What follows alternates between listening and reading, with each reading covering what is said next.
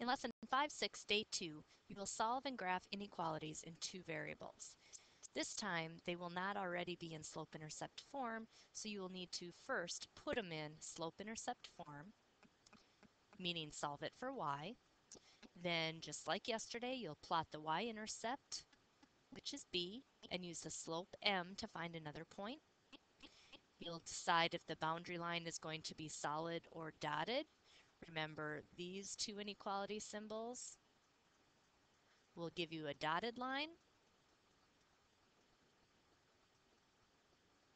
and these two inequality symbols include the numbers on the line, therefore it's going to be solid.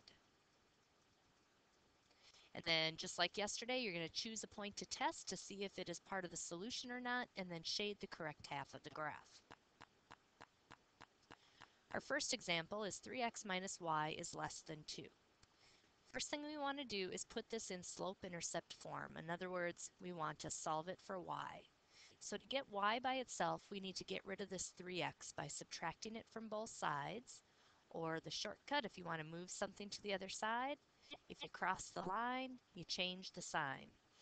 Now over on the left, it's not just y that we have left, it's a negative y is less than. When we move the 3x over, we had to change the sign to be negative 3x and then plus 2. Now you don't want a negative y, you want a positive y, so you need to multiply both sides of your inequality by negative 1.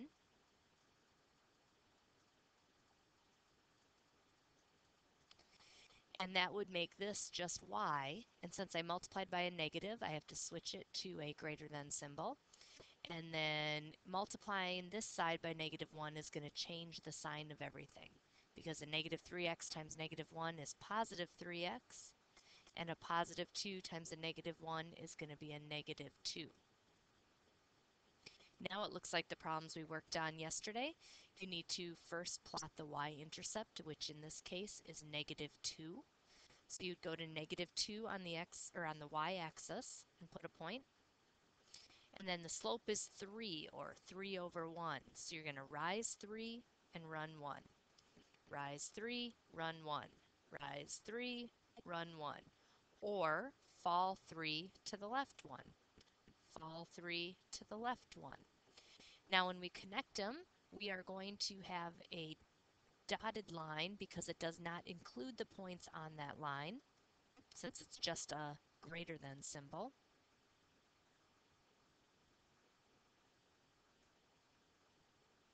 Oops. We need a dashed line.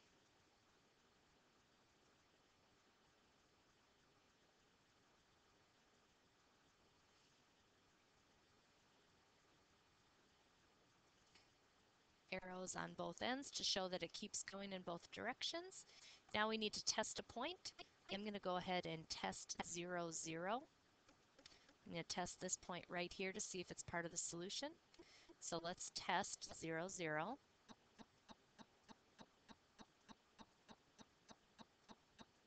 By plugging in 0 for x and 0 for y into the original inequality. So 3 times 0 minus 0, we want to see if that's less than 2. Well, 3 times 0 is 0, and 0 take away 0 is just 0.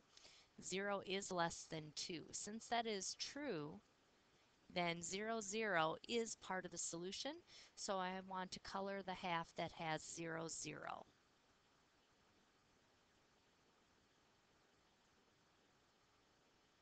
So I'm going to shade in everything over on this side of the dashed line.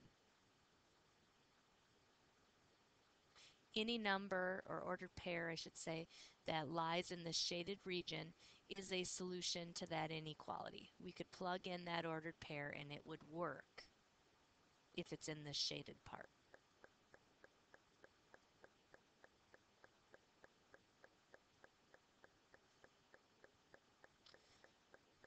All right, example 2 is 2x plus 3y is greater than or equal to 18. We're going to want to put this in slope-intercept form first by solving it for y. To solve it for y, we're going to first subtract 2x from both sides, or we're going to move the 2x to the other side, and if you cross the line, you change the sign. So this is going to be 3y is greater than or equal to, when we move this 2x to the other side, it becomes negative 2x plus 18. Now we want just y, not 3y, so the next thing we need to do is divide both sides by 3. And this side over here, it's this whole side divided by 3. So you could write it individually under each term, or this whole thing divided by 3. So then you end up with y is greater than or equal to, now this first term divided by 3, we're going to just leave it as a fraction. It's 2/3 x, and then 18, a positive 18 divided by 3 is positive 6. So there's the inequality in slope-intercept form. Now we're going to plot the y-intercept. The y-intercept is this number right here. So we're going to go up to positive 6 and put a point. Now the slope is negative 2/3. So we are going to, instead of rising, we're going to fall 2 and then run 3 to the right. Remember, with a negative slope, you only go in a negative direction one time, because if you go in a negative direction both times, you will have just undone your negativity and made it positive. So down 2 and to the right 3. Down 2 to the right 3. Down 2 to the right 3. Or we could go up 2, but then we would have to go to the left 3. Up 2 to the left 3. This time we're going to make a solid line because it has that equal sign with it. It's greater than or equal to, so it includes the numbers on the line, or includes the points on the line. Put arrows on both ends to show that it continues in both directions. Now this time let's test 0, 0 again.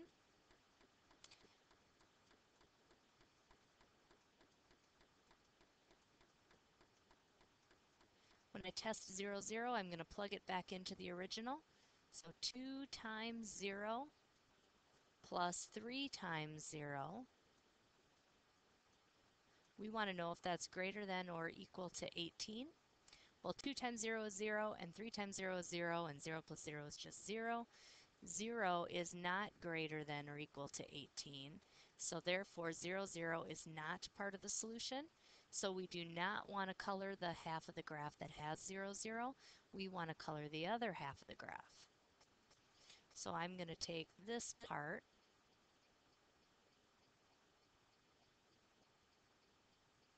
we're going to shade over here. All of the ordered pairs that lie in this shaded region are solutions to the inequality.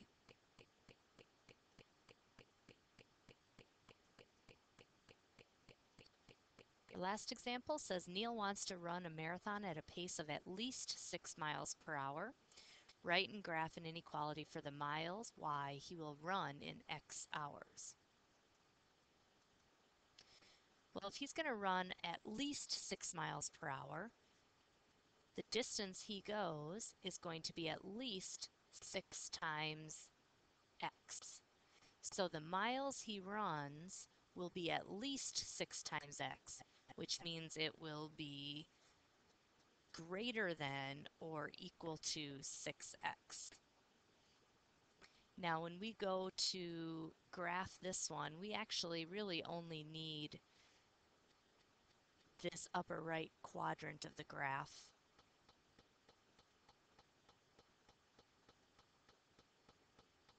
We only need that section because you wouldn't run negative miles or for negative hours.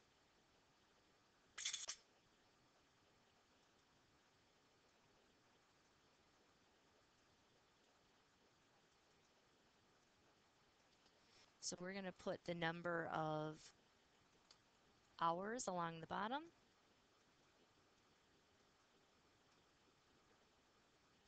and the number of miles on the side.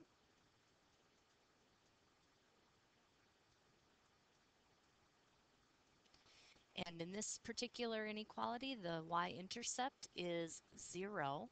So I'm going to go on my y-axis and plot a point at 0. And the slope is 6. So I'm going to rise 6 and run 1. So up 6 and to the right 1. If I tried to go up 6 more and to the right 1, it would go off of my graph, so I'm just going to stick with those 2 points. I'm going to have a solid line since it includes that.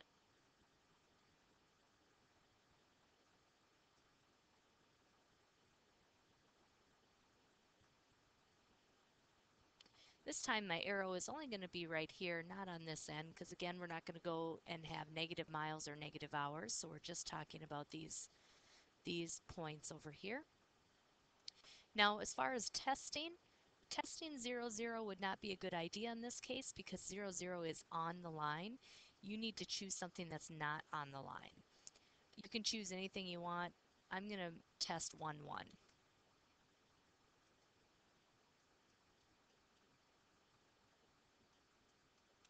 So if I test 1, 1, that means I'm going to plug in 1 for x and 1 for y and see if it works out. We're going to see if 1 is greater than or equal to 6 times 1. Well, 1 is not greater than or equal to 6. So that's a false statement, which means the point 1, 1 is not part of the solution. So I don't want to shade this part of the graph. I want to shade this little sliver right here.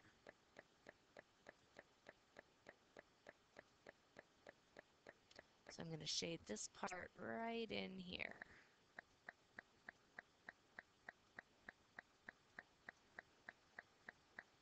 All of the ordered pairs in this shaded region would make this a true statement.